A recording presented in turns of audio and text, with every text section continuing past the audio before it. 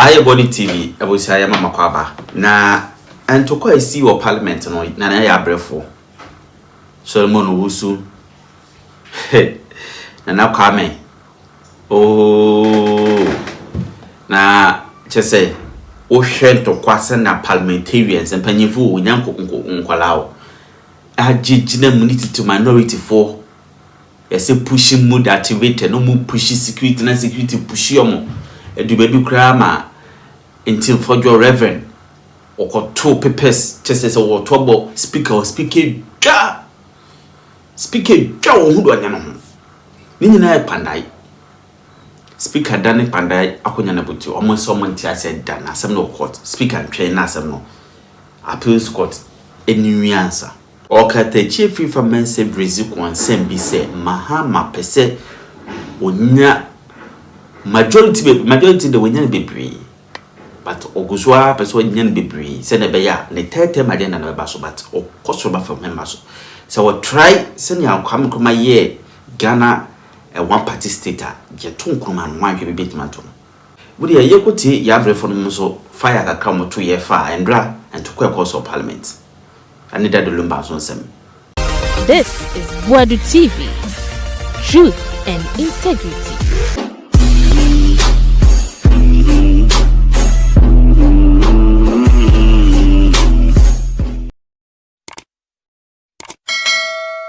Whether they think NDC is trying to, I mean, or more perceive the conversation about term neba won't bet me a boon come afa a year minority no show. But already no baby or more any position or mukra say no crown. And they and no crowd you see what Rashabedem. They were able to a year what can I say pass and near maybe a nice one a buyer you maybe a nice one on Rashabedem. Although minority said they will not cooperate. Yeah. They said it. They said they will not cooperate. Yeah, sure. They didn't even want the majority leader to speak. Yeah. But they were able to do government business over the floor of parliament. And now to say speaker die papa. Yeah,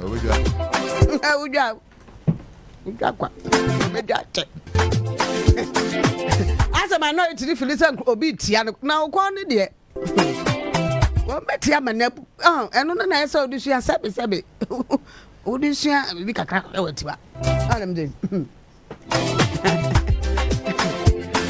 Na nyina na se nkrata bi enra ya kan bi ma wotie ye kopie mu omde akoma adokwai Jane adokwai mensa electoral commission na me oda no ya na 7 petition akwati anu ya de akoma chief justice o mu hwehwem 90 petition ya ti kura me hwe kwan ma me betimi aya rerun yi kura me Ayasamo the twado no cry sabe rerun and if ya man for petition say edwuma no ntumi mbonti ye ni fi wonum no aso bia set the trap say say ni pay ya let how the be edwuma na so pay na mo say on san so nko election yeah because I want fa anya edwuma asem baba o de ye edwuma otu na mo na pay ya na so ye wadwe so de ye edwuma eno so asem na ho mo wa fa anya edwuma 7 petition we kura so we be 8 petition bebre papa enti ye no na metete na MPP for AB kasan ena blekuma de wo ye ne niema wo kire wo blekuma because somebody came to see you or people came to see you to assure you say so wo blekuma constituency if I can police stations 3 and now before say be a police if there's anything at all police station 3 and ya dey na kwansini ekwaya do zian and I'm say adukwai somewhere trying to secure the seat. MPP for the night county MPP for cross support 7 petition no. Oh yeah. Almost support 7 petition no. So no adukwai so adukwai must go. Adukwai must go because you if you sit down and think that you can secure your seat by allowing this rerun our blokuma not for. Meanwhile, what claim is about me declare without anything happening. You need security. I'm really be a chairman na NDC for a complaining about him. Your man no mo defend no. What say? Your man no. I feel no man who saw in Pabonini. Some Ghana. A model. Serious. Defend is in Yadia. Yeah. And you never say. What's it? A black man of change. Yeah. A black man of change. I'm going to do a say, and I go from the Mokanayampa. What bones are? That's how bones I do. Who proceed in tea? Who person said I Kwasa, Diana Camienza. Number or more collation. Okay, that's not. Yeah, One back castle, one casa and penny for any be almost about one snow baba was one trying to put a woman. 1 man $100 million scrap was running one man. Camienza. Yeah. But was what buy and was saying, no crowd, but 1 young can be most. Why he's threatened, he's been threatened left hand and 10 to 1 bread. What about ho? Bob kind declares I want to be twassel on the the other day the man has a rerun back. Never I can if he has a rerun. Nippon no I am so we know. A baby actually not Yamutu. Yeah. Ampa Yamutu. So the but yai Pandai D issue pie no and the same. Issue a Pandai and the say Ghana got to about 2024. Na about 20 members of parliament eja obia ko dina kwanten kura as a member of parliament na eja Dr. Muhammad Bawumia ne John Dramani Mahama obia ya ne campaign about 20 kwa wi na say ebia tete atone ade na issue ne say bra omo kan na omo wie omo de call coalition center because police station bia be kan de omo kan wi ani akeka bomu coalition center na declare nipa wa wi ni okay 1 vote it mau ye MP just 1 vote because ye nya MP3 3 vote wodi 4 years parliament enti coalition center yeah critical very critical enti edru honment me waso say 2024 elections me waso ba baby some people were strategic they felt that look we will use all means to make sure nobody thief us of course sending them we will use all means Emma Sam common cry before elections says did answer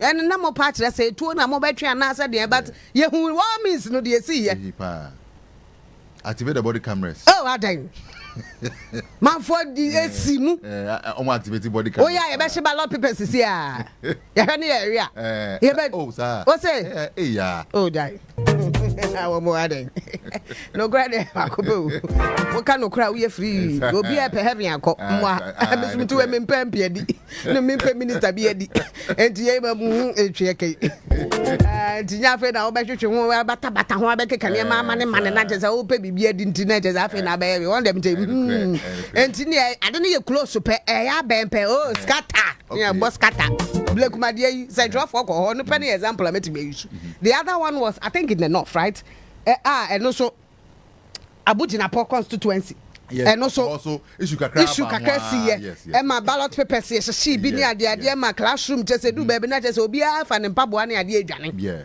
Ablekumanov they had to lock journalists inside the room including the NPP parliamentary aspirant then fear of life say bia ye jamu some kwa abonti ade be sinye ebi similar to see ye wo okre side ho no NDC MP na olusu ye similar ono so sa om ko hihye ne ma bi ho no ya enti eno bi na see ye wo coalition center wo Pandai say bia omo tigidi memti ho ase basabasa yo bi ni ade a na electoral commission na dwe say no si ebegina ha na obi abehye papers dia ye besesa ne ma na ko ba fufura ko na sisaye mu no nipa ogina ma NDC kire say o ma mo na mane say mu movie coalition center from one point to another point A to B so therefore o gidi ye say bibi ko so na ni anye ho na say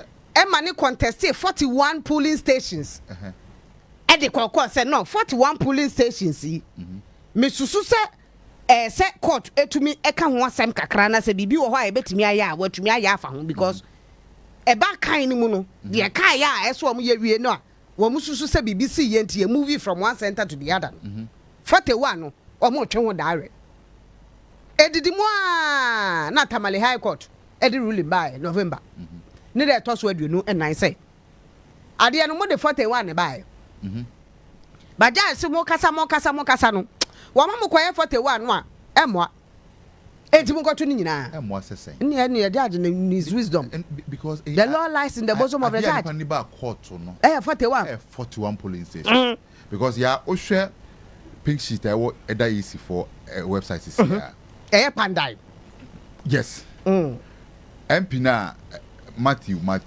Yindam enya 27,947 and Daniel Insala honestly 24,213 and the difference a little over 3,000 over 3,000 and only 41 polling stations accept nearby in fact 2 mu a wo say according to Matthew Yindam no tremu say ana ne lawyer tremu say 41 no kra da ni nyina ma opposition candidate na saved on to me cross 31 3,000 on to me biti so let's do the 41 where let's do the 41 polling station Debbie judge ni tie from the lawyers ni mienu ne wo mo isi ni ade o say no 41 na ade ba na moa tie nkoto ni nyina ba ya me na me di me case aba me say 41 ba wo the case ba say ye hwehwe nsem no mu a to mu say bia during the cross examination ni ade wo twe diary of 41 ho e bi obi so beka so ene sa wo so de 1 2 3 problem ho enti judge ye ne say okay yen kan nyina mom yen san yen yen kan na mom na say judge this is how then you can only fight this in court and that is why Matthew Yindam has decided to fight this or the stay of execution the court and the court Supreme Court mo san ko appeal cry on this particular ruling and high court enti let an akọ we isi way omo try say let an go isi way and omo try na ko mo wie court na na nka na say court no wo ruling aba ruling ba so a ye de bi bre eye parliament na parliament adwuma ne say ono no obehwe ruling no na watumi ama kwan na de court access omonye no because nobody knows what will happen although there's a stay of execution I no na fe no mo ba kokota na asem ne so good nobody knows what will happen during the court process and then parliament must work into bekaya dafia mepo rose up in parliament and raise that particular issue in parliament say speaker where dey mesre me bi say o minim se bibi say akwaso watermale central ama ye den krata akura abra ruling no won saka bi na won saka ruling na wo dia esa wo ye and say wo be declare seat the vacant na ye 30 days no a tamale high court de ma electoral commission so mo hwe no mkoto aba atumi take effect okay no matumi akwa akoto aba what they told me badwam no minority were not happy with that particular and someone dafia mapo e de call parliament inti minority ka na saka na ha na yete na jachi kwesi yes jachi kwesi ni die ba ye asen south ayaju sikedi asen south right ye betu atia ni die yaju sikedi ye betu atia enyum no kra me re afito odi etu asen enko me re afinyum no to because ye ko bi odi atia asen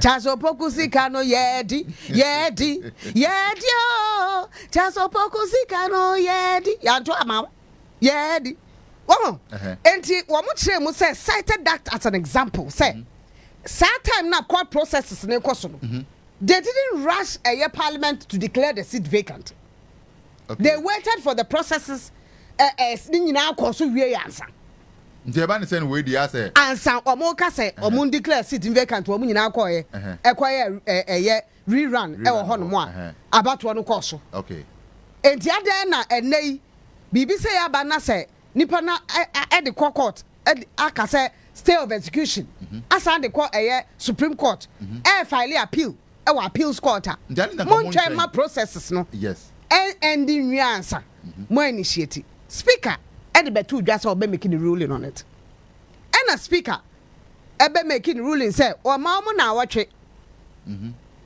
na watwe bibi wo ho na so mo ya omonye ni wo monye na watwe no okay na watwe na du ba court nyantina asem ne so and a 4th of this month clerk of parliament e tru woman de bai ne woman de come electoral commission ne say seat no we declare vacant enti omonya fast na omo start na omo prepare na omo nkoto aba e o pandai enu na nra ye ne emrahye badwani a wo pandai ne lawyer ni kasa no ka say letter no kra no onsam wo ho no kra ne say suit no na parliament ka hu bi 4th respondent okay but the drew baby no omko yi 3rd and 4th respondents di frim And for you to even write a letter to Electoral Commission, referring yourself as a fourth respondent, no? And you know correct because you are no longer the fourth respondent. They expunged your name from the suit. One can fourth respond, just a 1 year fourth respondent, and don't refer yourself as such. And you now so draw letter and found call. And to give you a letter, watch ra fourth respondent. So you free now draw a letter. And there's a problem which they intend to contest the letter. And una and ra and Brasabedram. Dom Kumaya one Brasabedram Chessa Debbie. As a Dom Cassiani Chinchim almost said too much. As a woman yet your more counsel too much, but say Bibiania or Mom Obaka in fact way didn't just start. They felt even the minority leader is being harassed, or as they are threatening the minority leader. Nansiya or more gagging Nansiya ECOWAS Parliament. Yeah. A whole sense by me as a minority leader or no ECOWAS. In fact, Parliament in Brasabedam Dom Kuma Dom Cassie. Ebia Dom Kuma Ewo 3 representative. Neso Modeba. Na Dom Cassie the 3. And then Dom Cassie decided say yeah bet you should be a mamo. Near the ECOWAS Parliament no say here. Yeah you should my minority leader. So uncle. Wa maso o mayi na frim. Emma mama part cry by a press conference said there be anya na sa. Wo mo pay replacement ma wo no am say anya na sa. Nya sa wo dey for replacement bra mo so wo dey be be ma. No say anya na sa. And Afenyo Markin has gone on air to say that no, the way the majority leader or the majority is treating them in parliament, it looks like they are trying to gag them. Oh sorry again. Oh sorry again. Oh sorry again because they are major and I say or majority nisu. And they feel say and no the one or mode say na akoswanti. It looks like and they will not sit for them to be treated that way. And who do to know wo mo ye wo mo kire se ne maybe akoso o mani anye. But you see, yeah, 2017 na MPP seat na yesen. Na yesen wadaroma bamkakra.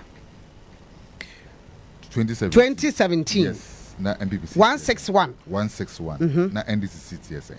MPP seat 2017. In Parliament. 161. 161. Na NDC. Na NDC ewo. In fact, MPPC 2016-2017 was 169. 169. 2020-2021 was 137. Oh, dear, me percent me 2017 the year Juma. NDC seats in Parliament 2016-2017. Now 104. 104. NDC seats in Parliament was 106. Okay, 106. 2016 was 106. 106. Out of 275. Okay, and then MPP were 169. Wonderful. Well, majority ya MPP ya Danny. Say omunya sa majority we no. Omo tena de 20. So omo de 20 say. Omo de 20 on ye 20. On your moyetia, on ya NDC majority no omunya sisia no. Won djuma mu didi. Omo de serious business. Amomo party. Ama aban. You had an opportunity like this before. For you to have taken certain decisions then government. No, but the fact that you hold a majority in parliament does not necessarily mean you should politicize everything. When you say serious business, maybe government business, introduction of e-levy, introduction of a policy, and our budget and the finance minister for to forcing at the buy your mood debate. Now, debate to make sure say abayin hyehyɛ in the policy no. Woma opposition in theater so say more policy amodiaba. They will not derail your policies. Wonderful. That's a serious business. Okay, wonderful. But say we are wadwene say obekɔ mrahye bedwam. Na yɛsɛ mo nkɔ na mo nkɔ tena se. Na mo vete nkrɔfo wɔ mrahye bedwam.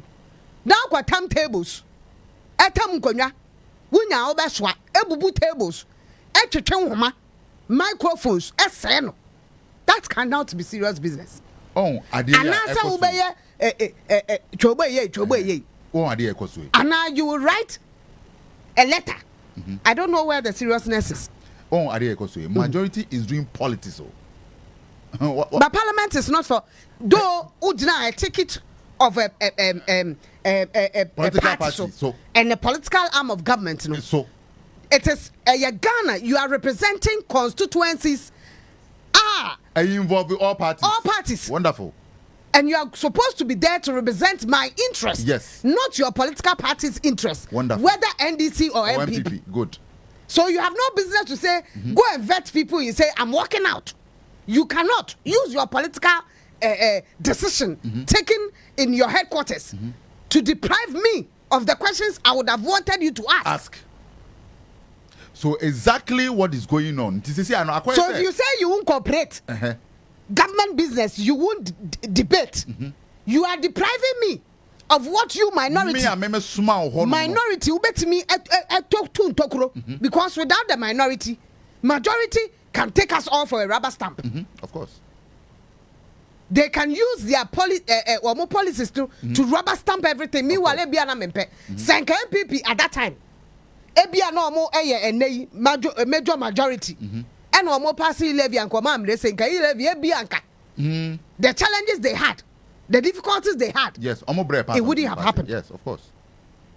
Although we know walkout is part of processes in parliament. But when it comes to many, and a nuisance kakra. A nuisance. Because a clear partisan politics no more, you know. And so them to see from the angle say to Abamami. My constituency I represent you more. So I must do something for my people. But they see that we are doing something for ourselves and for our party. And to the money be your home so most no idea way no. You have partisan politics in twin. Let's see the good things. Let's see the future and so near by the bit me aboa and I am one. They pick it from partisan politics angle. But you see, there's a politics angle of this particular thing that is happening. Yes. But there's a legal aspect of it that is not, shouldn't be treated with politics. That's exactly what is happening. See, 2008, I'm a the Musa candidate with dual citizenship. 2008, a buy ban and no power at that time. Or won elections at that time. NDC. Kufuor took over 2000 to 2008. Atamels took over 2009 January. And Adamu Sakande was an MP in opposition. Of course. But things went the way it's supposed to. We respected the law. Yeah. 2008, winning, but over 2009 as an opposition party, but won as a binding party. Then 2008. So, and what the question dual citizen groya etcheno. The processes went on. Although the politics of it came out, minority then were not happy with the way majority then was dealing with the issue. They also came out, spoke against it, did some skirmishes in parliament as well. Yeah. So on the So where is the law standing at the moment? That is the question you should be asking. That is the question, yeah. Emrano, because parliament must work. Although Emrawo, because this was being contested. Contest na course one say case na course court. The seat was not declared vacant because na case course not ruling in my ruling aba. What file a motion and answer what file against the ruling?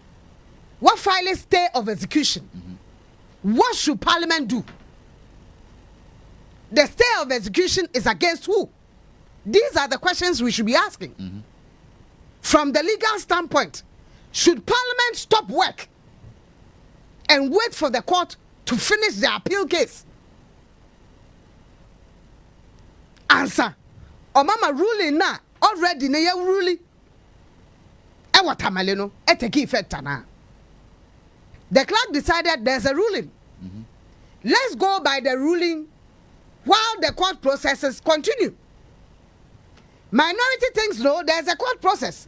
Wait for the court process exhausting nyina ne hu say yedi fo ne yakwa rerun nya botre because e biesi pen according to minority so entisa they was it the right thing to do to make sure say one announcing will protest and this they could change the situation that because speaker Bema ruling on the matter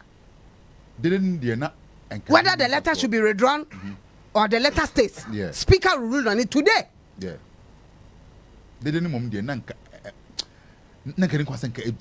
what processes should they also take to make sure that the clerk of parliament letter watch on and take effect in parliament as a parliamentarian processes emra omumre our parliament no niema be na eso omutumi ya ebetimi stop a clerk of parliament the letter no watch akoma easy. These are the things we want to know. Was this the only way? And since they started this way, what major change has it brought to parliament? Walking out of vetting, whether it's chief justice or some ministers that you feel, and some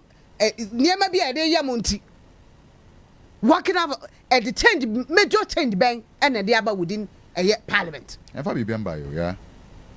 If I remember, honestly, if I be back count. And when I was watching videos in the except of the videos in this SEO parliament, I may feel the likes of J.H. Mensah, you know, where as at that time, no, they take their time and debate on issues very well. I may feel the late Kennedy Japan, former Achim Odan MP. He was then the majority leader then for NPP. These were people that then no. That is where I remember some of these MPs any parliament say they think say current parliament and I say yeah, I say aggression at that time they were on party tickets in parliament, but they were doing things for Ghana. They did politics, yes, but the politics was minimal. Yes, Kituebi. They were thinking about the people on Kane as a politician. Papa also Kumamu then. But you can also not use that to judge a mark or sign. No, because under 88, if you also don't put your feet down, the majority can also ride over you. But if you don't state your point well, the majority can also rule. And you see, politics can play a role here. If you allow him to rise, things can go in a different direction for him. So sit on his neck. Kanisha. But yeah. Now when to me are rising in politics. And yet, that could also be part of the what is happening in parliament. But yeah, and yet Ramo style no. Nye Ramo style no. And some now walk cano. See ye do good in near to say. Because Coca ni na eye nyawoka. Yeah, ka say ya refer no. Serwaa kwako ECOWAS parliament ya yansuma no ho. Enti wo mo misa na de kronti. Na wo mo nsuma no okopie mo ho as a minority leader. Oh, I don't know whether this is the first, if I may recall. Parliament said minority leader be. You are referring to privileges committee da.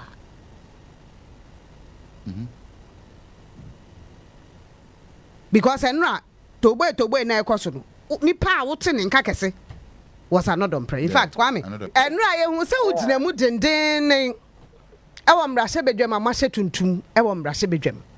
Ente bia na wankasa kra o de central for ehia ye di nkomo concerning this ECOWAS conversation. Ekoso mrahye bedwam minority leader looks like as a ye in free ECOWAS parliament emuno. What really happened in parliament yesterday? Why were you in black? I'm not there. Now you say it should not be your constitution.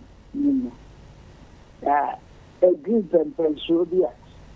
So obi kura person exercising the constitutional right na akoye buachi bibiri nti na ehwa kodia so yenya number shebege ni a ogina ho na pandai so roba kaya enchepra and say high court bi o what tabale akokase the results are what mother member of parliament so yankoto abane fofo na so awo every year sa de ni na ya de e twitwa ya sum kakra it's ade ko ba ni say ene irnia na free panda no ya member of parliament of panda no or no ever exercise the constitutional right. Constitutional rights are make come once and every day one. I mean, we can enlarge the system of execution.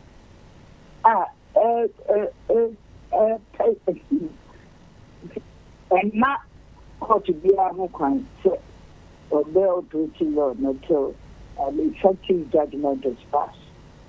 So, and the thing so, some notice, was had their down appeals court. Now they are touching me in censorship. We're initiating an application for Serwaa at the Supreme Court.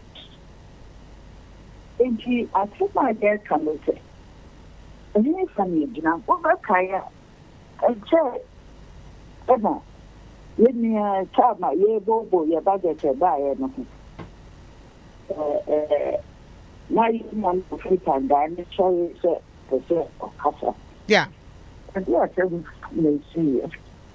Almost the buy said, making the majority chief work. Sorry, in say, the Casa. And I mean, because on coming view as member of parliament. And there say on continence and son or I tell you. And by me say, time, yeah, making sure say or that Casa. And they get the on my speaker, and what you are going of catcher, I say, I said, we'll be a human and literally a demon, a chairman. I'm not my counsel. Nokura na enye nokura. Ye na we to chidi cha kwaso na say ya bobo aye di no parliament na ye e ma ye dey asem no koda Mr. Speaker. Mr. Speaker nya bra overtona akonye le bono. Ade ba kwa o kan ye. And say no. Ekosi a Juada after 25th of November. That's none in some court. One more answer the year Meresa, who never knew. But she said the Juada were heavy. If you are done as a and no idea or no bit to me a general, I can't say. Uniano or parliament, and also bit to me a declare. Me seat, as vacant. What are you to me? A year who na empo. So the court from Bokura, na idea. Now, but me say, yes, no, or more pen or near to me, a day. If you want me, a near or no, to me, I can't turn the clock, sir. On declare, not on some command, easy say. A seat near record. So I'm very down. I became a cook. We can be a mere Makaka na yet to wire soon. And penny for the be you want say. Only Mr. Chicken, I said, I'm not out really. But I did a course I had here and say, Chiraco said, Yemiano. You see to me a record into here, and I get wrong. And for dear, a picture, speaker, surgeon, also, what do you mean to be, sir? But I dare quite a who ya may, one must say, you who say, you can't be a young Speaker to Parliament, Clerk to Parliament. Actually, I could say, City near the country. I just asked my hair now, Kakra. Since I wonder who because I wouldn't say who to me. So, and I would need a clerk. The other I want to me and country clerk is Magdalene trying Kakrana legal process and then also now I guess I'm going to Parliament. I had to check a crowd. There were records of precedents. I had said, Nipano, young to America, and free Parliament. So, you told me that you need to accessing all the legal year time with me. You know, cases in there, and I say, no, my letting me. I had the yeah, they declared by case of MP for Woolensey. So, Makaya, somewhere near Makan. High Court for say, or he may what declared the name of the boy. Oh, finally, appeal. And the house, not very. They are so recognized now. The Court of Appeal declared seat no vacant. The same case of Martin of Implantation. Although you declared war abroad. Yeah, free. You know, every parliament immediately. For all exercise, one legally over how many resolve issue no not that one now say member of parliament for now until on one the crata by say on one person were resigning. There was a case of Dana Bodapi a very convicted no and said yes 10 years in prison. Out of the treaty with provisions automatic trigger into was such international you be free war, a Yamanen Kasa, Yamanen, a cotton, a bra, or no one you ran. You move because the young who here can't do me. But you're permitted to take the court's duties and address it. And so on one tenure. Expire. Okay, you're a move.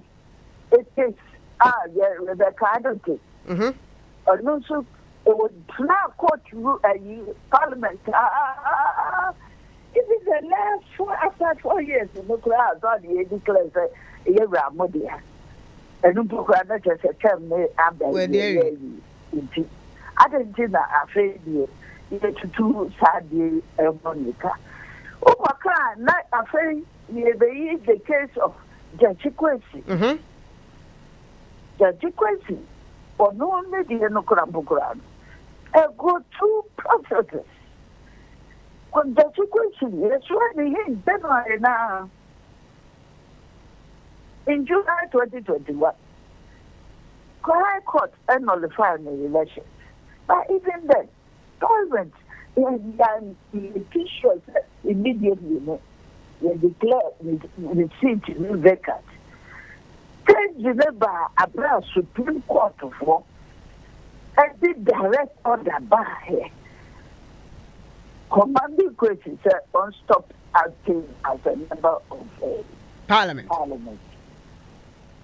And it was only in May 2023 the Supreme Court of War and the final judgment by finally remove by election.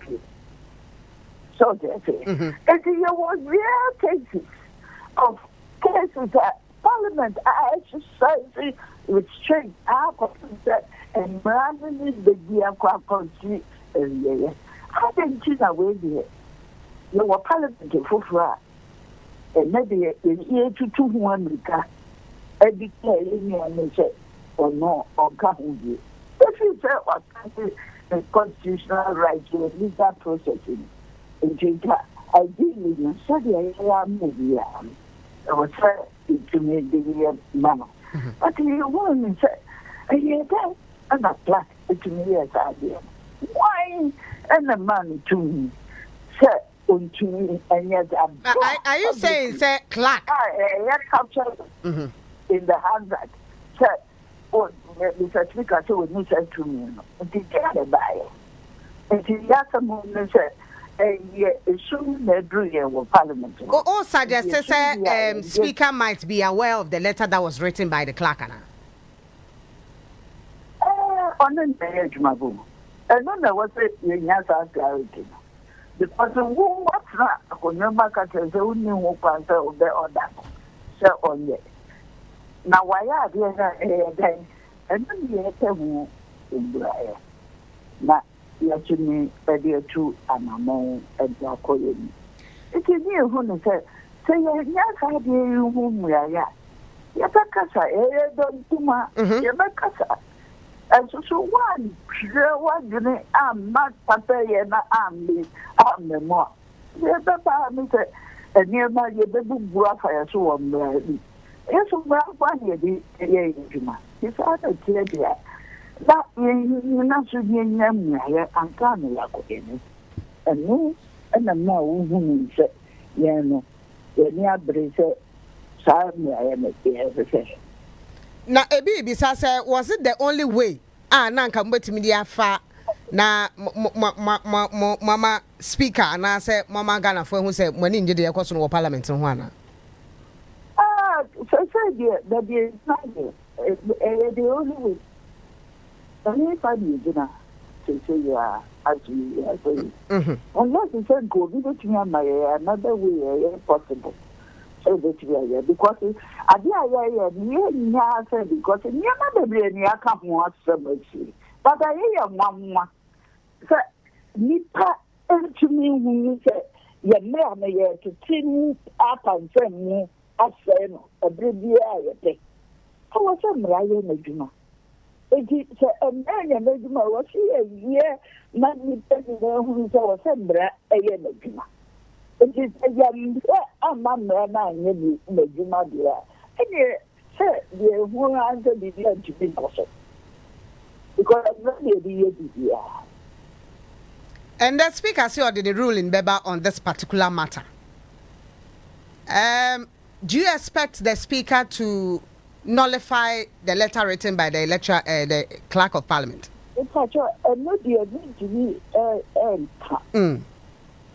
Would you be surprised?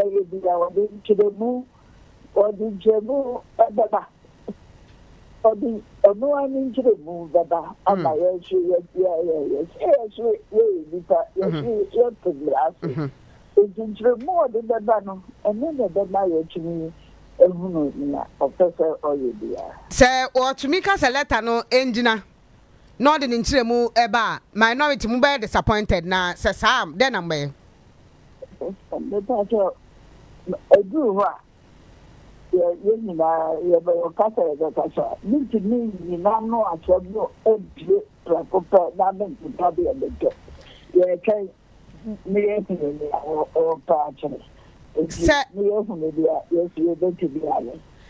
Ghana for be describing minority as being notorious and now simple. I say kekra o mani so dodo na work out or say ade chana mu tete mo parliament ni ade. Would you only your mobile adwin say obi betimi describe this particular minority say I say people betimi akansa no dom tete o before because some person na me much share edisha wo mo say me de wo mo pe na wo ye Ghana ni na o timrase na niema ekoso by force ye niema no se wo ti ase pa ade na wo wu se wo se nda ye gina wo ye na me de ani ni se wo be bi wo no akasa so no sure wa decide to wo be tata wo ni na wa ye de on pe. Are you enjoying your membership as a parliamentarian in parliament this particular time? 88 no when you do a parliament. Ayi obi anywa ope sakasaka o na brabo. Sakasaka shia wo so. Also oye omufi enso de tirani. Because sa me hu sa balwe wa hwe ni o de sakasaka ne kwana mte ne kutaka wa ndi ne famra nyesho. No ane ye pese ye free ho. Na tagana fo betina ho. Ba ya hwedi ya masade na ba ene da ya da chinsusu mo hwe se de be ti ayafa Mama Pata na payment na wase se wenya bread ya mame na yetumi atwetwe nkomo e wo radio so. Na me sha. Have a good day. Omunyina ajo so. Minority leader, deputy minority leader in parliament. Kwame.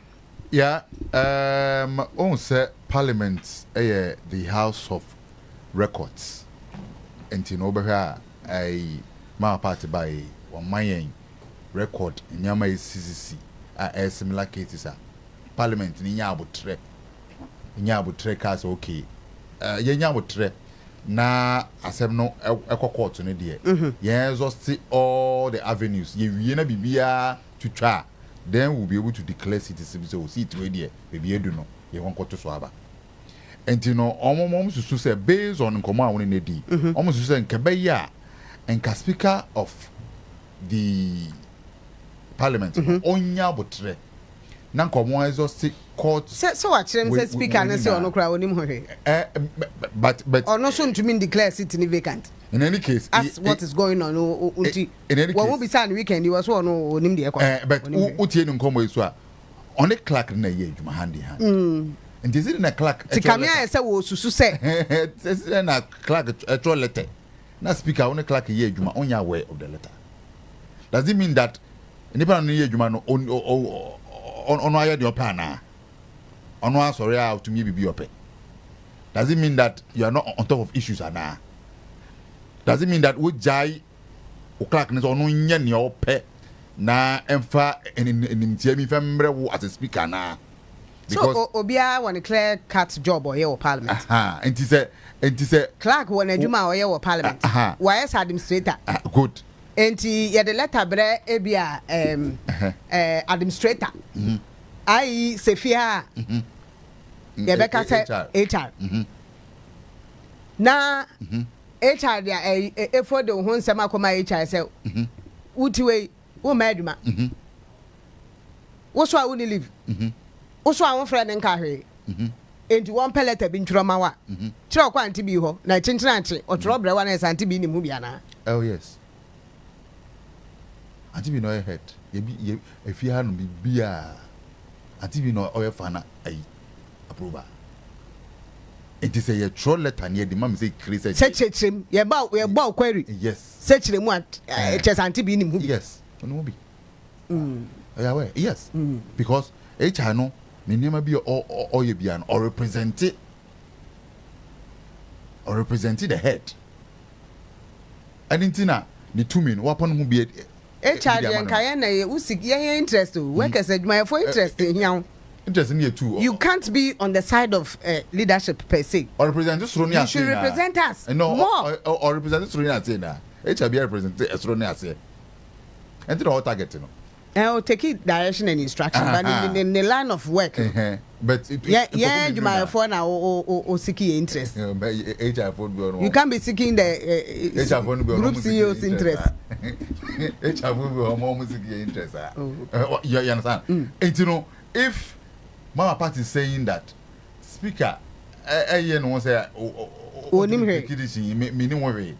Now on the other hand no we clerk no so throw letter no throw no so no oh I didn't want him no and no so na also ba begina na odi declare city bi vacant there be Obama ruling on this particular issue. Yes and Obama ruling of a dear who onya aware of it. Yeah. And I say obi actually letter akona say me minim ho hwe. Na I don't know. Na ehun dai raba. Ehun nsema ba parliament ya. Say me kire madwen wo letter no ho. Ana me tumi kire say we nya na we ye. Ma me ma history kakra ne to aso. Okwa panda ya the seat was created afia pema hankro no aduokono mienu 1992 1992 no nipa wonya sa seat no ana party a owini ye NDC in 1992 ne din e de kwadwo taria de edi kan ne de em so de lip cla mo chire modu pa chire 2012 the member of parliament for Eye Pandai was Matthew Nyindam NPP member of parliament 2012 Ojina moved to 2016 2020 elections eno mutu okay and they ono no ene ne etwe manso de ne wo court Eye Daniel Nsala Wapia ana Wapia NDC member of parliament 2024 and Matthew Nyindam Esan take it back the seat. Esan so back. Back. Okay. And this is and the results no. And I contested. And I say wasem akopiem e high court ama ene e ho e manso e no mo twen. E wo emrase bedwam. Yeah. This is the story of Pandai. And the member of parliament in 2020 wants his seat back. But the member of parliament then 2012 also wants to keep the seat or have the seat he lost back. In fact, he had it. Okay. Until the High Court currently declared for a rerun or challenge that particular ruling no court. What I say? And I think I said yenya abotre kakra na yezo say all the laws na governs animal way na no to the yenko. Because you see, I know almost what I actual state of execution. Yeah, the court. Yeah, just still because Osha Nkwanza former Nkwanza MPD on upon the a bigger case. Kokeira. Yes. On the bigger case. Oh, see, yeah, by my say, I see a jail in cooking. Anya goge. Yes. MP ano we ton nu bani. Enyaza. And America for tracking na nya botrema na one day omuso mu say kria. And I'm chin. MP goke. And you o share on any case, yeah. Sasem na gu MPP for any mas na nya sam ketwa. Oh, yeah, me nim come here. Ah, you so good. Yeah, vaze de. Hey. Na nyo. Hey. Wo mo ana tata ne ka che secretary entem na me ka sama ne za na o say party. Oh, I say, on pony dear no. Almost ni anger ne fiba no niama na ebeta on no. Criminal case such as that. Criminal case and Kapomunya but trema no actual letter by. Na ba ni say na we no say no fa a year elections so. It had nothing to do with elections here in Ghana. It just had a criminal issue abroad. But still no. So he was still a member of parliament. But, it has nothing to do with them. But so or the few on pony then on the few or the fear parliament no. Still munya butre. But that time ni nyanja no. They hadn't actually said say ampa. We cocaine ura. And now when you cocaine ura. Ni ache no. No, I am suspect. Then the person who arrested should then prove say indeed. That is what he does. Okay, good. Na then they see now I'm declaring so I deal with no. No, actually by I don't know crowd men train my me I'm very sorry. Wonderful. Into me I'm married time. Internet. Kwa na kranza for us no we go money must too much. Into on pony there no abutre e man or tro buy and I'm declare it the vacant number to aba. Nti eba ne say na we no e abato na aba na wan husu so bi nkoye yakọ court yes o na ruling aba there's a ruling and a directive to the ruling.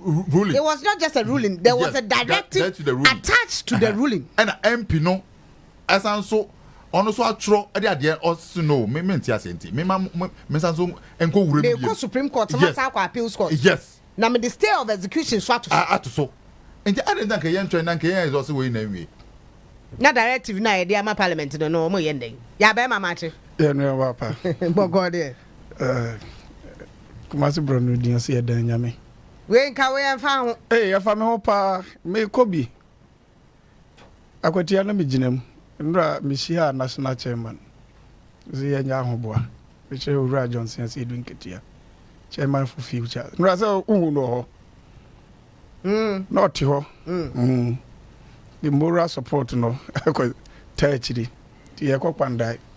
Tia fa me ho pa. Saka mu no mbetena ko. Anya driver for the bed driver. Ndi environment. Your driver for the bed driver. Now, so we should allow the court processes. No, and court am ruling. As a Buzani said, and any panel say, I am a and walk appeal, and apply for stay of execution. Chairman, the Okoeda Parliament. Now, Parliament, or and Tinko, Parliament. Yenny baby, Obia, or Cotier procedure. There may be procedure, dear. Dano Napanda member of parliament aba accuse regional minister say ruling in Yamai na regional minister wa frefre party supporters ne party empanyimfo wo mu court what said the omnim de ebe koso obaya and the chairman ko pie mu amra she bedwam at the time when the letter has been written na enyamba abontin no na so that chairman when him letter na chairman him letter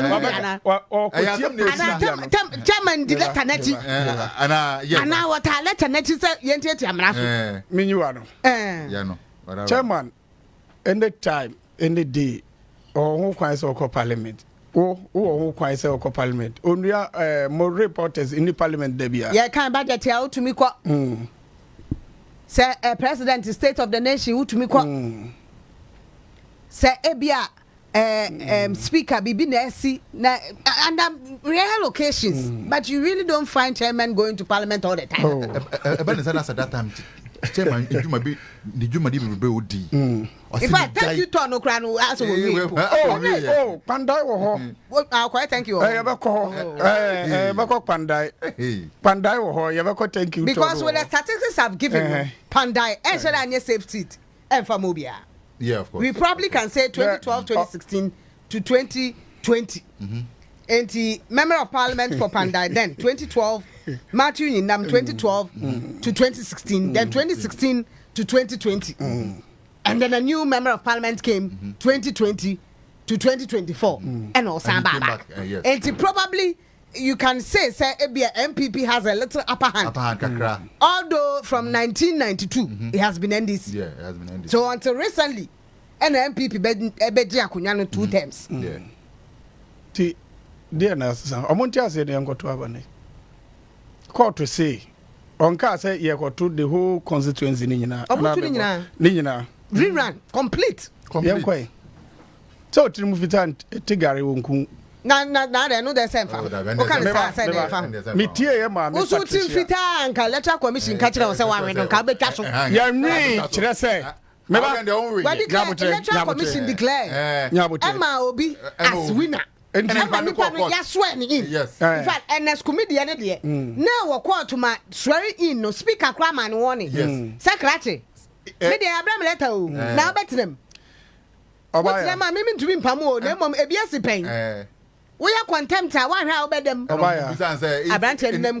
If any consequences be obey and yes, I'll bear. I'll bear any consequences. But you know there was no caveat. Yes. Oh, you was allowed to swear in. But you court today. Oh, of course. I didn't say you declare election. Yet two okro we mu say. Me ba commission. The obey me I say obey high court. Ena ya ma me mass assistant say ABS pen do ka ko wie say na nipa no kra wadi awie esi wo is it ayawa so west wo gon ABS ho pen say mo be ko machi kakra a check ya me ahwa baby your boy na nya ayawa so okay o de baby o kire na o kire say ABS pen be boa good enti entra wa na kromfo enwi ade no na say o wa wi awie enti enya hwe na say o so di court di. And it's a court processes or court to see young conquerto aba. And now no I na dream say why na dream say court ni susu ya na say the ruling no na nyen good and he has a right to appeal. Okay. And now on this day of execution the same court has a process. Mo de chire ama court e de wo chire akoma speaker say na tiana. High court e de abre. No, my speaker buza. Oh, speak High Court at their command Parliament say me ruling me based on this ruling electoral commission in fact the ruling was go and do a rerun and the court ordered the electoral commission 30 days to do a rerun. Good. And it is a court order electoral commissioner. It means that indirectly the seat is vacant. And a speaker and a Juma. But speaker, no, what's on Kasa? Speaker, my ruling over 1 week. Yeah. Or my ruling 1 week, no. Yeah, nyanti. So them tea. But nipa na asem ne fa no who I the member of parliament say ruling we many nyeho. Enti me the appeal. In fact, that day na ye ma ruling, which was the November 24th. Sada na ono so see what it say. Ruling we na ebeba. What say judge ne ba no we need 30 seconds. We carry an so call baby. In fact, we ko ru ho no wa kire me say o na regional minister to say na ruling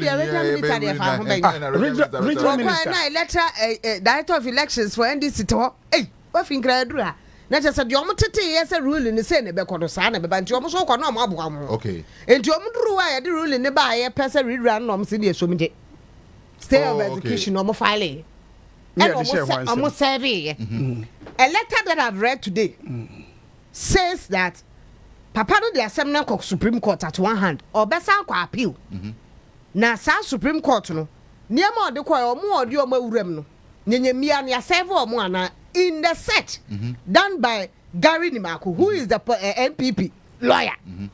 Search no actually say ya serve including electoral commission and parliament. And to say what je dia na just emra bia fam ho bia no ekoti awo. Sade aka ye mrasem ndi enya mamra ne e mamra ne nyadu nti se yekoto na mra ne se contempt ya sande ni pakura o hwe so no na ti se the speaker ka kire kumi ns kumi se de we ne de o ti hayi contempt bet me ache o so pa kire se omba koto mo so mo ka kire speaker se akoto speaker o so contempt bet me ache ana clerk o so contempt ni bet me ache. And the consequence ba mo clerk any speaker mo bebe ana sa na we mu pa kire no man re mame oh there be say there be enim ni say ye ko pandai for here mpuntu na resetting no and pandai for here mpuntu for years you've been a member of parliament you couldn't give them mpuntu no nya botre me ba fi me be gina gate ena nana kwa mbibie me cry security me nsanye nro ho temi so mesra na yabie me entu susu se de o kwandai no o kopem puntuo ewo omampan jomama ho a ene de ogina the ticket of NDC mu why na ebetuma bia ewu mu me kai se eye Esla Owusu Ekufo e block no ebi so no so ewo dansoma sabre no na NDC ene ti aba nyazam kitwa uwo baako a uye uwo one pe ye wutu anko ebe west one finish Lumba one pe Lumba one deaf just one deaf and ye Lumba tinesi for me yeti he ne anim se Lumba say ni adia say just one deaf Lumba ye de what's it there be some kasa ne mini update Lumba de senka ye no beba so weekend na sisi ye nim se beba so se ma so and say womo kotu for ho na say ade no body no mo say nanadia body dey nanadia na wo body a wo she date na wo afi na abebo na mane enti womo ko ho so womo ko body na mane ejuada womo kra invitation na nsane ade a womo ko na so onya ho do ada donya ho do agie enti wotina achira mu goti omonya ni ensie ye ni ye papa Lumba ye ya de nyina ye nyina ensie nya de wa ye ebi enyense bi sida ada Lumba superstar kranko nkwada be 197 na ade na de makadasi wo ye na ma yesen ana the problem ba na ke nya mo makadasi wo ye na ma yesen Lumba sani osibitie say so prominent on the fort e ma na pe no na say ma no kra nya issue nya mas amane de na mo ko because nya Lumba nkwa na wo ma bebi because wo bisa kenede da say them na efe baza munja sa no who is your kuna all this trouble who is your kuna is the one or trouble Lumba ka to trouble who is your that's what obi o go away free no you see momo ya no mo asere de na won te say ese Lumba wadane saman twentwen exactly asofo ne kan akonfo kan won te wo mo se wadane microphone no won to Lumba tiasie no o ka kire mo se na na ninyi Ose. Na bro. Ene ya ntida. Ah, what do Bo free mu ne hu se we I am more much atiasefo na mo se mo ninji. What do okay? Ya. Wa ba be ka tse na ninji. Na te omu ya yensie ne yetwe ho. Ah, na oda no. Odo twabe. Lumba. Oda motre o twa na ho be. Ose. Ono o twa na ho be. What do we call say de we jesi won ye di twa. Mo na mo ham ho. Da no 1 week in ebusu. Mo na mo bre. Yesi onko fa dwan mra o. Ebusu afo na newspaper simu na de bi on person mo ba. Both sides no obi abese oba newspaper mo oba take die ho say we kasa ne yinsemu nko a. Ya da no yesi otu fa antina se yesi ya. Na Lumba nua yesi ya friend Madam China so Madam China. Oda fo mu bu sa. Sembu ni hwe ya mi bra wo ye ho ena ne kunu ni yire ena ye family na ye wonta watawa ena mi sum da ya mi hu no before be won de bia na ofi mi hu se ofi ena mi si wo ye kurampo still o si na si man kwa bebia o man si mi so still mi da so how na mi won da so na mi disin sorry ye make kire ye busuafo na o mo si ye jai kun munya ntokwa na mo nkosi enti enu ma me hu se Daddy Lumba pain na ofili no pain no come by this time until almost then na chesa wo die correct me die dey correct za ho nti wo die nti bibia asesa me ko see Yankopon ya ohwehwe obi di information man or righteous person or hwe ye and do you righteous we are righteous me na meka what is your definition of being righteous Yankopon won choose before rolling solo ni Janet dey na so ka ye ni abeteni ye na nipa miensa na tia wo ka say o chuchu righteous wo na righteous before rolling be account cry that wo nya righteous 3 times me hu 3 times I o share dark spectacle na ye dey na me ko ka kire doctor na ye dey anytime I me hear me ni say me hu say rolling said ana wa jibi anya be president of this country 3 dreams the first one na on share this na the eyes very reddish and I me see maybe NDC for the omu ye no what dia also no ye ni yiro the second one me who say o share dark spectacles and I share military this the second one who say na o share Janet odidi me odidi edidi emro so odidi fro so da ya bone ngwa no so yeah righteous politician what dia to be a man and come on president because of him sending righteous person update na kam de ma mo na fe adane ayi ni ade you want them to nana ya uni me ade mi wan say hwe ye fa jokes na to aside me nyama e koso Daddy Lumba side no the way abusuan panyin no handle issues no me se me pass and ko me busuan ni anka e be crash mo be crash because see by virtue of the fact to say sinipa no ni age any cultural norms in no you are nominating as a busuan panyin che say obetumi take unilateral decision and as obey autocratic on far regard the ma obia we busuan ni mu no na imagine say me nua ba me ti hey I don't see how I me nua ba sabi o na me pengusu we free mu na yes ye be plan da ye be me nua ba no ayi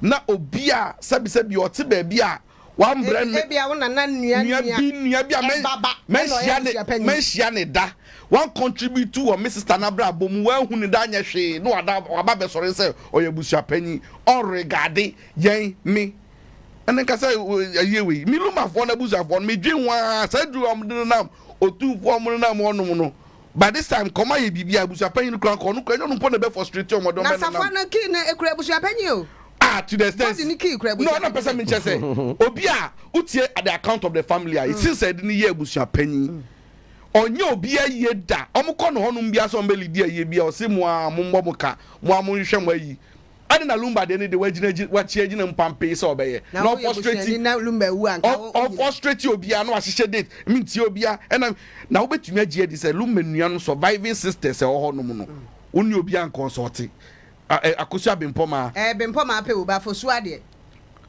na bimpoma no tie o na say that Lumba no mpo no se bi o se mu tie no a ne ndwuma to ye for do o see akosu abimpoma ni akosu Serwaa ma mu wura mfi omo no ma bre me ho like o see o ma bre no ono an kan yo na mo ba be you want to disregard just because of what minister obusia panyin no onu no akose problem we nyina from tintintinity first day onyabotre bibia gidi oba ye oso onim this wife onim odobroni osi oginamu osi ominim na onu say rock their heads ono de omuti abomu no abegina nchen sa first day oso onim odobroni onim anya koso Serwaa oba akire no osi kuna ne de ome consider akosia Serwaa no kra so benya bia ye kra consideration ni menti de bia obi ye behwe no be sa kra de a de onim odobroni owie no kokku na evi ye no koye sa de create tension Emma Daddy Lumba ye kesika a gold mine if they had managed it well a gold mine that's why they are fighting 1 week you know share 1 week you know so observe ya me kwase because that time me bought tennis wall stadium see ukoshe sika nkrofo souvenirs nkrofo beton me madam will be printing 2000 t-shirts onunko se o make more than 10,000 a day wow ya to so to nebusuani wu onunko edidi ho onunpo edidi ho na nkrofo e contribute unim say abusia no so mo bo ka bia mini come boy because unim say abusia na anu aduane bia o omo ko ye na kasa enu omo aduane na asset omo tables asset omo niama na such a legend muntumi manage na chi yie na ma se na chi poto ti see obi ka 13th a year we what it means is 13th a year we baswa another set so be omo dey match because omo say omo nko 13th for the no and now so be sie na at all cost so mo obi anhwe body no mo obi ehun wa sie no ukita oki mo obi anhwe okosie no o sie wi a akosia Serwaa mo crofo yin so omo fufuro ba to ale it's unfortunate but you see sometimes bibia we asibia no yen kai say susu anso see ye kan to me Lumba free this mess mu mess no no create e dey ato ho no e na ma na ba bedu sei enye sa na kasa mu ni ho sabi o say you no pen na sabi o bu ato pa fa nchen obi a manage but how you manage wa chiri no eno ni asem no wanja na chi se no je chi no wanja ni yie wanye ni yie honestly mimi e be ma mimi think of obi kaso na akosia Serwaa wojani kun honum na ni kun yare kwa ma mehwe ni kun nti o obema sabi o ye odwamanfo ya ahyawo ni yire betima chichire na tena fie se mo mpie obema wo mukra bema no oni oba ne te Germany na wakra betra Ghana ogidi sa akosia Serwaa betumi ye no mo beda no better then zolo tia ndie a mimi ka na me ma ya say marriage a sisi a mi twa amempa pe mi a mi mekoko chiu awo hotel ama wo down for abeka che mi say abisa no say e ba ni say game we ya omu chi omu one bo wa ka che mi kunu say one bo game ni ye kra adamfo no cheso ko tu na adamfo no fo obo ya ka che no na me who say so marriage a game to this people to won ware bi kra Janet, obe pebi akopebi o. That's the me pebi na ka say. Not for Tata Janet. Na last week o carry. Not for Tata Janet. Janet ya semeba. Mi no amunyina, mi ka kire na to. Mi say nya mi nkwa solo. Maybe kabi. Solo kabi. Not for no. On time to omo Tata mi. Not for me Tata solo. Omo ko fa. Maybe kabi. Omo si inti solo video no wa. Mi say mi nim. Friend no. No aka ka chop say enyo ne kan solo ne kan. Eno mo say mi picture de dem. Dem not no. Dem ka cha na fun ya say omo fanche Janet. Ha. Anofum jo on fanche. Anofum bro. Why expressing opinion? Send your boss my expressing opinion. And yes, I'm best stretching no say and not chinchile try. Waka money in yaduna we move on. And Janet one can ya na said. There be me the number 1. The minister for who repeat ya. Minister for education. See money na ti di okan. O see nkola no mo di laptops na di hwe some bad move. Puno. We enye irresponsible in the part of the minister. Say me di me ba jai wo. Na wo di laptop amano. We mo be omo ba lab this in what you call computer lab. There's no one to monitor them. And you have the courage The audacity to come and tell me that my child under your care is watching pornographic movies. Na me can musi member apologizing. We see in Kolan mo ye strict monitoring and nunti na sisi an Kolan mo omu faili ye. Na enye strict monitoring ntra na edi omo ma wo. Na Kolan mo ye omu copy ya parents na Bible teacher omo enye mu teachers no. You still blame the teachers? No, who usually make the children to copy? Because they are under your care. You supervise them when they are writing exams. Then you come in there to come and now who is liable? Nkolaya minimum okay. Obimu ye 14 years, 15, 16 years. Penikura 17. Obia dineba ma wo sisi a wadane ni pakono copy this na we see and dey ma ye strict monitoring. You are supposed to do strict monitoring for them to pass. You see, you don't attack Nagrat. Attack the previous government. Every sector be no more destroying. See, we know what happened with the. See, who so be the PTA me? Kwenas me no mo kokonto kwa no mo ye election. Who say obi the PTA 7 years. Neba every school no akwa national service akwa ware na throw that so PTA. Na PTA dey fa ban ho ben. Parent oba yi PTA no me ni parent association. And no mo start so mo di make sika. It nkofo no trans and aban teachers for no ko sign ade bi e friend MOU. Omo ko sign wie ye no. Performance e ben de ben. Omo mo maka de 2 maka chom say nkola no omo failure wo na ebe hold you accountable and no matter so create system bi say mo di apo ebe ma omo itu say na do mo spending omo apo na say okoto friend passport what be that what na ba kwasem da abai sponsor pass question. And I said, there's everything wrong. No, the reason why there's everything wrong with it. Okay, sir, or the appointment. Look, okay, sir, Kulano teachers. Nana, what is Kulano teachers? What is Kulano teachers? Past questions now, to past questions and to Kulano. Oh, Jay, Mamika say, Jay, you don't have any child there. You don't understand. Me, I don't have any child. What are you telling me? Do you know something? When they said what are you telling me, Jane? Do you know what the teacher will pick a teacher and make the person chairman. This one is a teacher. I didn't know no chairman over our issue. Mama can't be vintage. Omuka say parents nkwanye PTA no. Teach schools no. Ombefa teacher dia a chairman. Ma biso omu say sa teacher we oye djuma wa ha. I didn't know your chairman over this school. Almost in the Bawaha. Secretary, this in teacher. Missy West Waya Jumawaha. I didn't know a PTA, a secretary. Almost in the Basuwa. But as some like because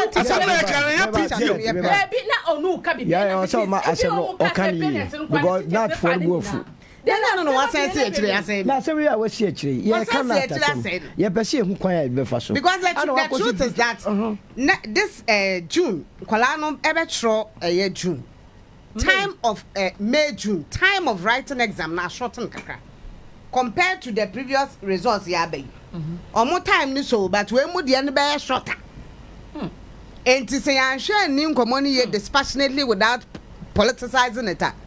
The result will get for the next year election exams might be worse. Should be kicked out. Might be worse. Nana, Minister, no, but you are asking me, he is the one who is allowing his incompetence to trail through the entire sector. Monitoring and evaluation. About supervision now. And when a man call to performing. Now we minister, now we sorry with Accra Hanamu. Your teachers are saying, now we barbecue abromu. Because that is so. Oh, my headmistress, no. Oh, see, see, it happened to me. Me, wouldn't say at one point I had to question my own head. They say, me assess no, me na me mercy apanasa, me na mensuya dear. See, me wa preseko. And I ask my see, me wa fast be the results. He can't. Nipa we is going to mean stringy. When you train it, your family no munina, you complain say the line ni mu. As I'm saying, here different. Dabi. It's better no say not knowing no.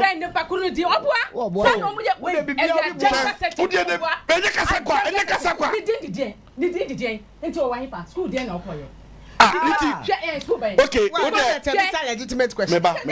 Odi say me share that ka say me wa fa say. Iti mama reference. I have kwan ho. Metimi ama examples to who the hunter Antamai headmistress one kwamo teacher nidi o si teacher tachi akola ne ka che say teacher tachi na ye dey and bo anu no try exam so no any teachers say NTCC me say mo teachers no you are responsible for everything that happens to our children we sorry we there unim say because na abani person be fail no I'm not say because na abani person be fail no ogun some you know because Nanado didn't want to have a bad name with what's you know no o ma monitoring no call form and the teachers for no and the students for the phone score examination hall unim say do baby but this is a big allegation. I mean in Jamaica I say we makasa unim omutimidi say Nanado go invigilation Nanado abai no omu gumu say na amu person be look bad na say wayek na in charge of examination what say wayek for be say this year the monitoring no you know emu ye dey anya wayek Ghana education service ai so my first dey hunu no mo first no teachers for dey hunu no mo ankasa ewo ayi examination centers ho you kill me ye hunu no mo ntino asem na ye kana nye nkola asem a ye ka say mo be say ade na wie ye fix it let us discuss dispassionately in a bipartisan way. But the former education minister yesterday spoke again about this particular issue and still insists that it's government that did not do his work well. He feels that what he left behind, no, they should have done a proper transition to understand the situation at hand and how to help the kids. There was no need for them to bring the year of examination, no, because Wakwaya campaign said, Open say West Africa natural like first, no. Meanwhile, we're introducing free SHS, who you gold ni green. We're changing in a year free or a year BB for. Now, ocean dates. Minister, that's someone one can't show the entire. Yeah, they call us in a or no, through no, say, bombino. It's because textbooks, Nakasana, or the new curriculum, the government did not provide. But who cares? It's your government now that is in power. Oh, no, but students no more harder that. Students no more harder that. Minister no also says then. Minister no. Me make us slow. Me say minister no. Omi introduce new curriculum the base system ni mu no. Oba fa ho en homa textbooks and plan be sua e dey atro amfa amba. Inti no mu chom hu fi why West Africa there no. And no be in Ghana so that they can manage the results I be man look good.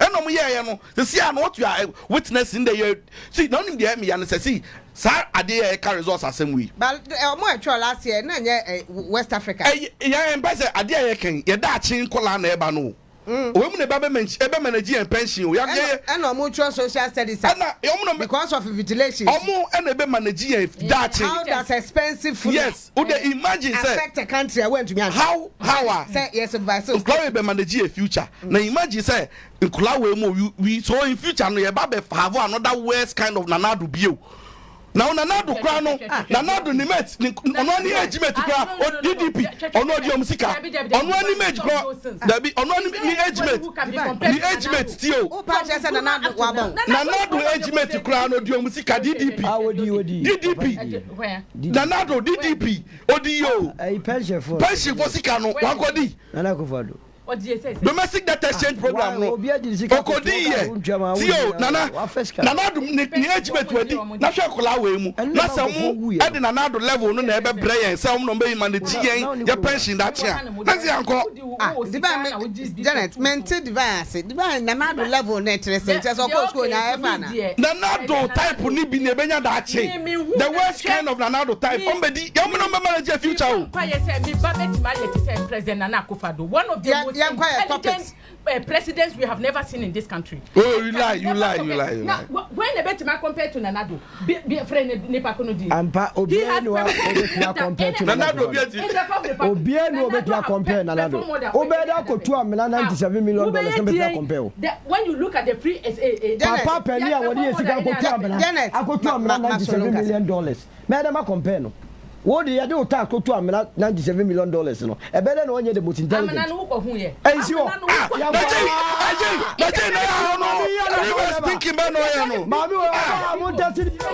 Go bet to muscle. The amana is good. Story buildings need the Solo say Janet Dion Casabra. Solo Sandra Sandra and Amana discussion. I'm not a good. Make a who I'm not. Right.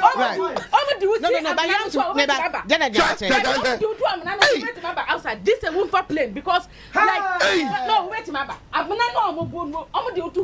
So it takes a lot of money to be able to. Listen. I support the cathedral with all my heart, and I'm still supporting the cathedral. But former president, Diego for.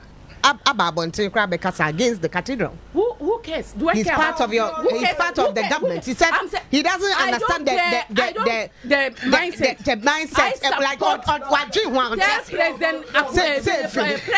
President what you call I support the cathedral from that whole. And the whole. So how much do you think that whole? But what took you there? Then I don't call.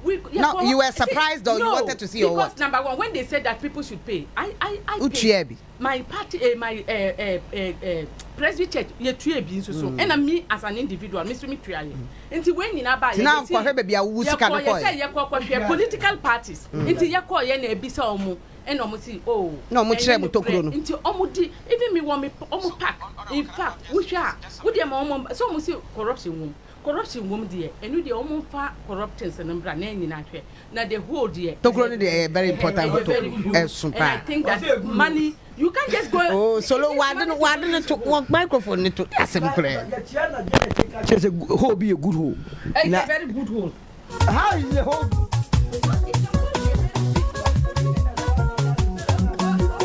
I don't answer me outside this again for call. No.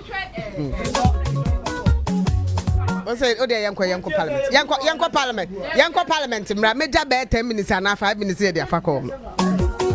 And I went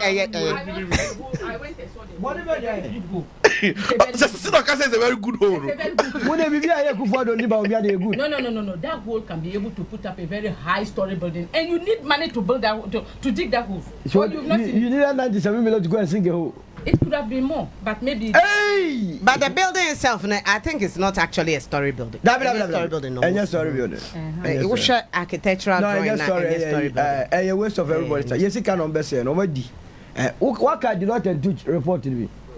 No, she's talking about the hole. That is very important hole. Important hole.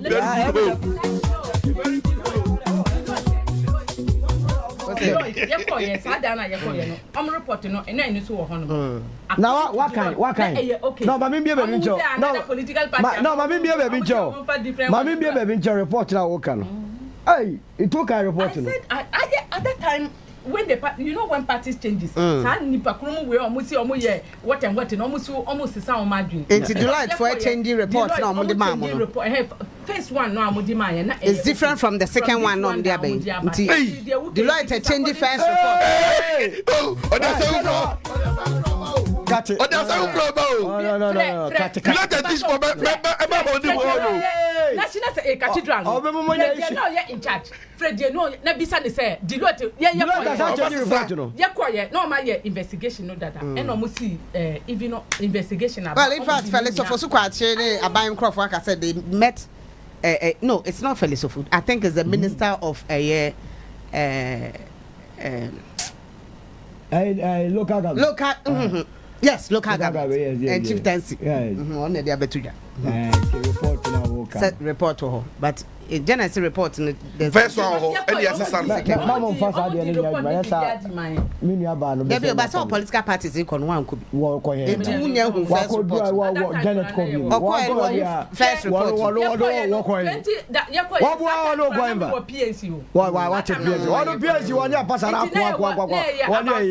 political parties. And Parliament question. Panda issue came up in Parliament.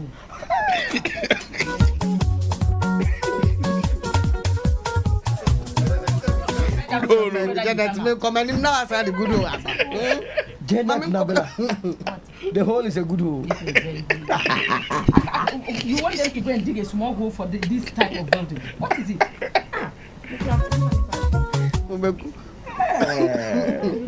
Jenny J.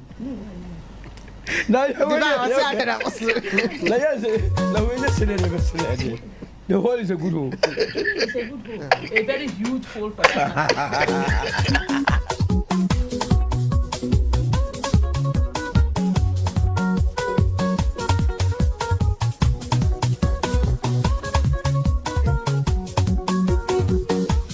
Yanko Parliament. Solo. And I mean, I see with you. Yanko Parliament. And in fact, the Speaker Becca Sound give a ruling on what the clerk sent to a electoral commission. A letter was sent. The lawyer to a member of parliament to Pandadi Abetumbo says even the letter no problem because the fourth respondent is no longer the fourth, like his name is not part of the suit. Any problem or letter no.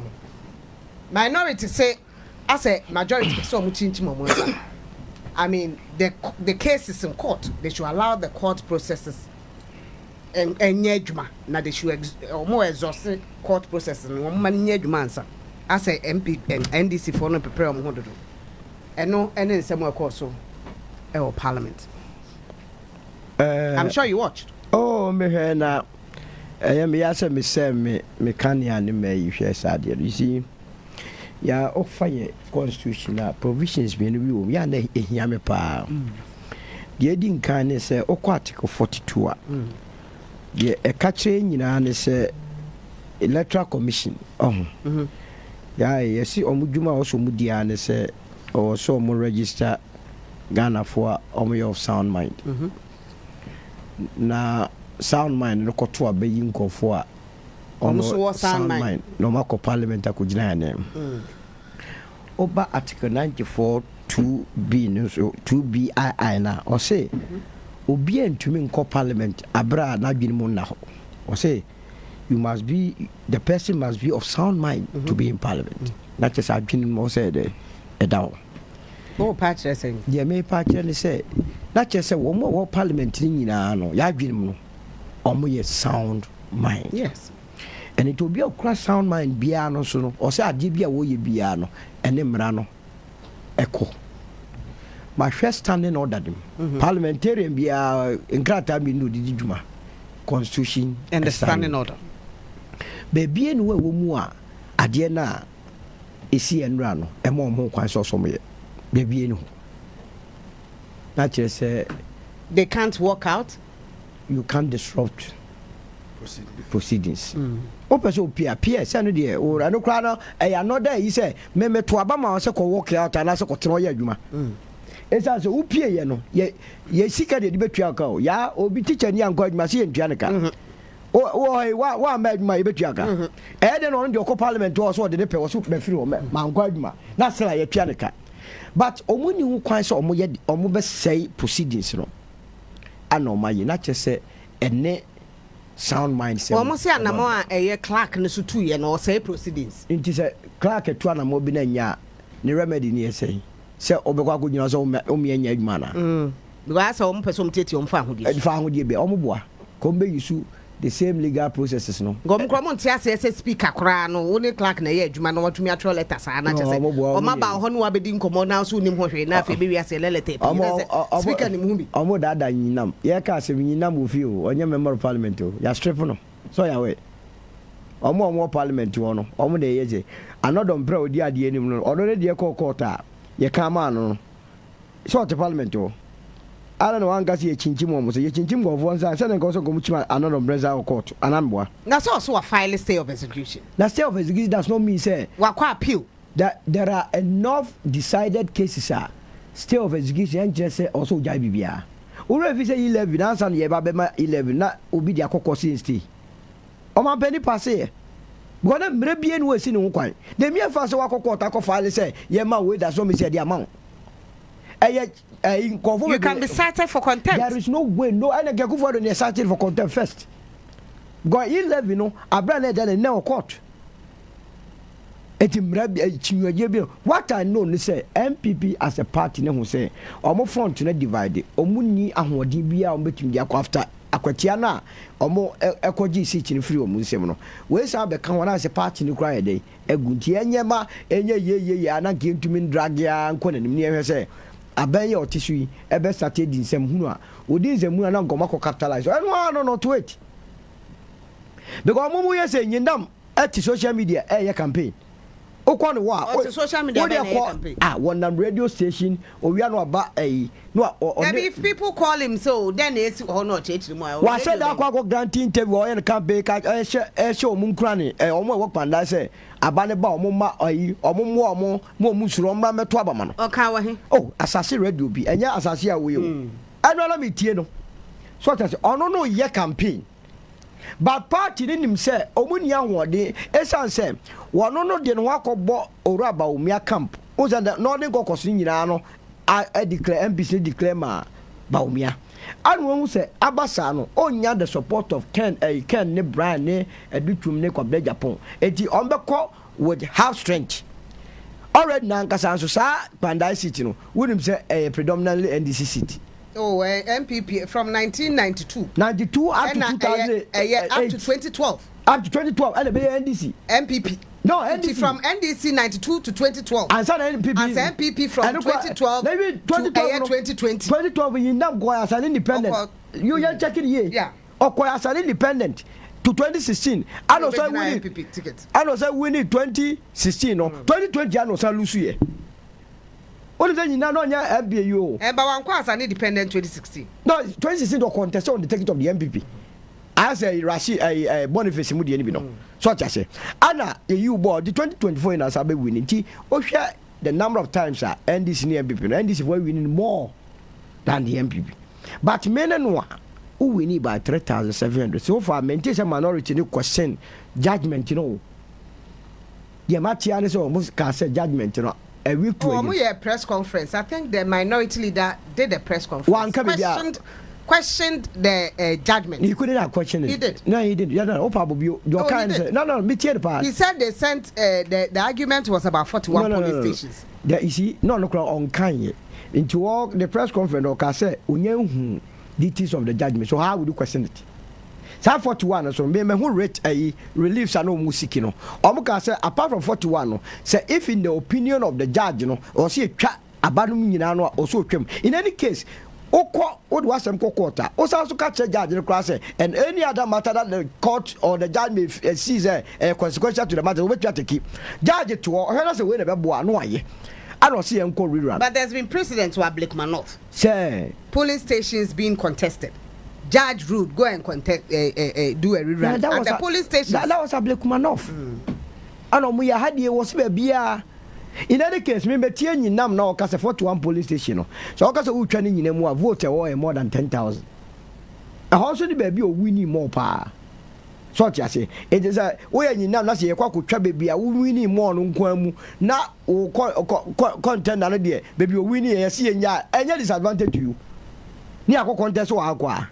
Eti be fi say who win by 3,700 parliament is the win ba akopɛ o de ba akopɛ kura win awai de wa win go back ne ko win election titi but no problem with judgment he has a right to appeal obi any problem and why he has a right to appeal and the appeal no cost appeal no cost o de also ho ye appeal no cost on empty appeal obi asi ni kwan enya wonti na eba ha wa ko bisa ko kasa okay oba e o si ho ye ko force president ko force ho nya no wo de obetra se eye identity ya ekufuado ne doba no tieye ba o mi adoba no ye hia sika e de akoye ba bi ye no na mu di sika ekoshe ho uma generate atwas ba e na no pa ba bia be anesefo a eni adwuma ye a esu se enfo ma adwuma $97 million e de ko sha menem na ke de betumi aye hospitals be Solo Owusu e to de ma generate nka se ho ye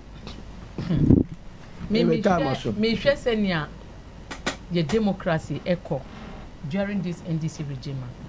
We are going to an abyss through the speaker and Mahama Diarga Omo regime. Why would you say that? A court has ruled. Look at the and given directive ruling of the after court. the ruling. You've just heard that Benin there was an attempted coup. Yes. When a country don't listen, when the country have power if political parties have power over the court, that government doesn't know that he's trending on dangerous grounds. NDC people are 6 million. Ghanaians are 35. We are even now more than 35 million. Out of this number of people, your membership is 6 million. These things you are doing, you are taking more than you can chew. Taking more. Number one, before court judgment in a buyer, no obian judgment in a data. Hey! Go to the DC. The judgment was known. Before it was given. Well, that is according to the member of parliament. The judgment was alleged. How did it was all over the social media. So show me how you the judgment. No one has confidence in the court. Yeah. And if the people of Ghana have no confidence in the court, it means the other way must take a place. That is what we are all praying that. President Mahama, you may love your presidency and turn a blind ear. But if one day you will get up and you are you want him to interfere with the court's decision? Not court system. Make sure that the court don't do the things they are doing. They should be impartial. They are not. That's the job. Judges are not. They should not rule in favor of anyone just because the party is in power. Do your independent ruling. And na miankasa yenina ye hu say obi ye independent and you obi na ebeka. Look, the judges must do their work. Because if you create confusion in this country, it is not only politicians that they will run after. The situation was that run after you to. Listen, anybody appointed a judge, who said new party, but no money now because party. Hey! Please. Che? Oh boy, and you correct. Who casa no name casa? Your mount didn't draw. Che? I mean didn't draw because we didn't draw Yankupon watch. And try out the judges. Me say more create a problem in Ghana. You will be the hardest hit. Because me joining no. Now we see joining. Now electoral commission took a decision. Yeah, can I say? And the judge in his view felt that the decision was wrong. Whatever is happening in Van Damme case, Omar are filing a stay of execution. We are a speaker of parliament. You've been in that parliament since the inception of our fourth republic. We better need speaker. No, you will bring that experience to parliament. But you who say food soldiers until you are doing the bidding of food soldiers. Speaker, what did he do? He loves his job so much so that he will do anything to protect it. He is doing what the NDC food soldiers want him to do. And I'm disappointed in the Speaker of Parliament. Why are they? Because and then the judgment, he's not ruled on a case or the matter. When the instructed clerk is offer a letter, no. When the instructed the clerk only doing his playing his constitutional role. Speaker Bagbin, young who says he's here, who young food soldiers of NDC are manipulating life, Dodo. You are so much in tune of protecting your job so much so that the constitution of Ghana, the democracy of Ghana. According to the deputy minority leader, Osi Omoko, who speaker over the weekend, because no matter to say let be sabe about it. The speaker says Onim Hoshi. But let an aqua Onim what's going on. But let an aqua now inquire. And but won't me lemon say because Onim pretenses on pretenses. Food soldiers, the almost and no obey because Osrosia Umbetina Timadina as speaker. No, you are at this your age. You because of your stance. Ghana for bed respect to change say Ubetina Mube Dienya ne and a dachi. You won't have a good name to your name, but Sikadia will be. Into the me can say what is happening in the Pandai issue. It is an indictment to our democracy. Say Obia the case at court. Who say parliament yes with the chief justice at the vetting this no speaker acting chief justice or the case no court court no and no vetting obeka almost say court no man ruling na they will recall this in back attorney general no siri. Look, Ghana is not a joke for the 6 million NDC members na mu dia no mu hwe ne yie Benin bibia ye Benin wahanamo ye coup attempted coup. Now we pushing it pa. They will say that ye be fans so this in Ashwegum mani nyina this man nyina ko. President Mahama. Time do the right thing. President Mahama do the right thing. Because if you don't do the right thing, the thing you love so much will be taken. It's not true. But that's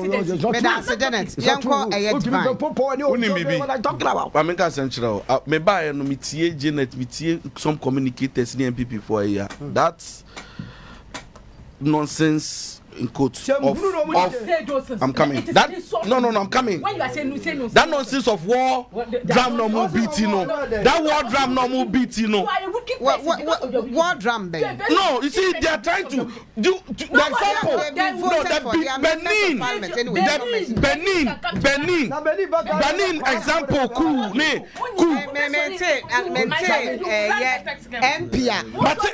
MP Reverend Fojuo and necessary and pay FM. I was listening to him.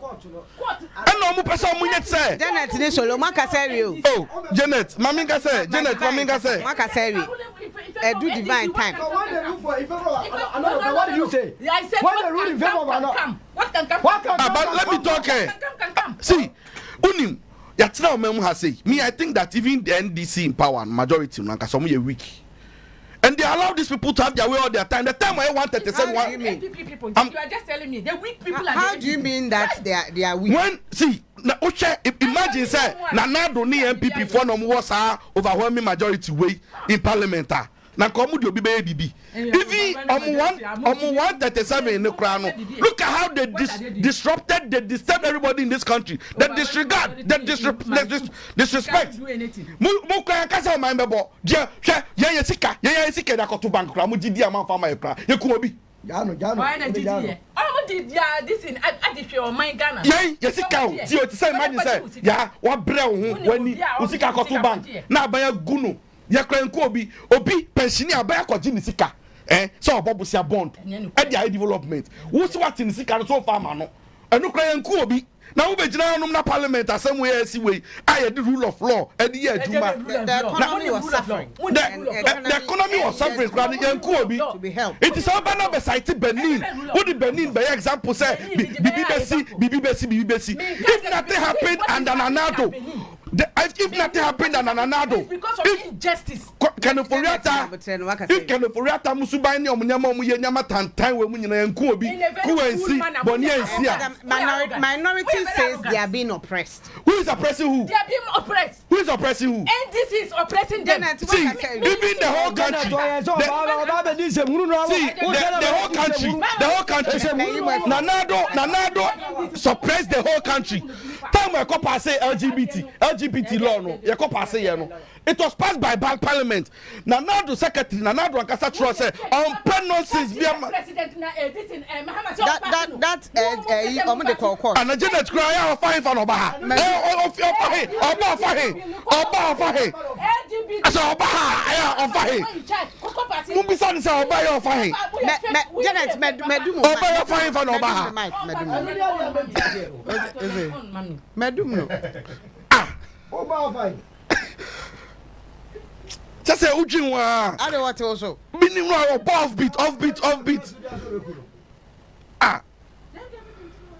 kasa divine hwe iti asem na make can say sa ade we ya aka 1 minute say oh kasa 1 minute divine so share that war drum no mo beat there you know see asem na ye kan wa asisi ame no ka say according to your law no say eba beto aba a electoral commission e declare bebia ye de beye ye fe ni say coalition center which they did unim say time wa coalition center no time no a ye to aba no ahomache no a day before election no and a presiding officer na ho no mo na electoral commission say because of BBSCC niti no sa coalition center na all the parties in the announce so ye no mo dey go different place. Bio, that is what happened there. Sanama wom nyina si ye kan wie no ade na hunan ye ntiase ye dia kokot. Oya no mu compare with Jachi Kwesi any ayi. This one there is specific ruling the time ya instructions, specific instructions. And nipa na akọ file stay of execution. There is a Supreme Court ruling now, also stay of execution no. enu nkyerɛ sɛ asɛm no until say be determine sa case no bibia nu onu mo betumi prevent even saying say ye implement ade no after the 7 days no what you say it's your ye implement so all the court see na say court na ka say a stay execution you should hold on. See, nobody can say anything about it. But mama be ehuna say ye dem run ye adwuma na mo pese mo bonka left. Ye dem run ye adwuma nti say say if I'm running ye adwuma ye den. Ye den. What should we do? It at the court ruling and kasa na aba and determine what should happen, what you should do. You see the seat has been declared vacant. You see declared vacant. Go and campaign kwa so vote on why ho adwuma. Ko ne ko rescue ne ko je wade. Baba da no ube say minority 4% disrupting minority and pay they stated said they have about 5 or 6 cases as you were parliament omunya abutre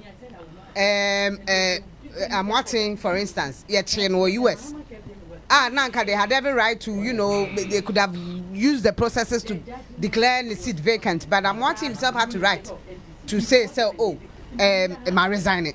They took time or they just question there by I mean other examples. No, those are the examples. They took time, had time for the court processes to. Now, time.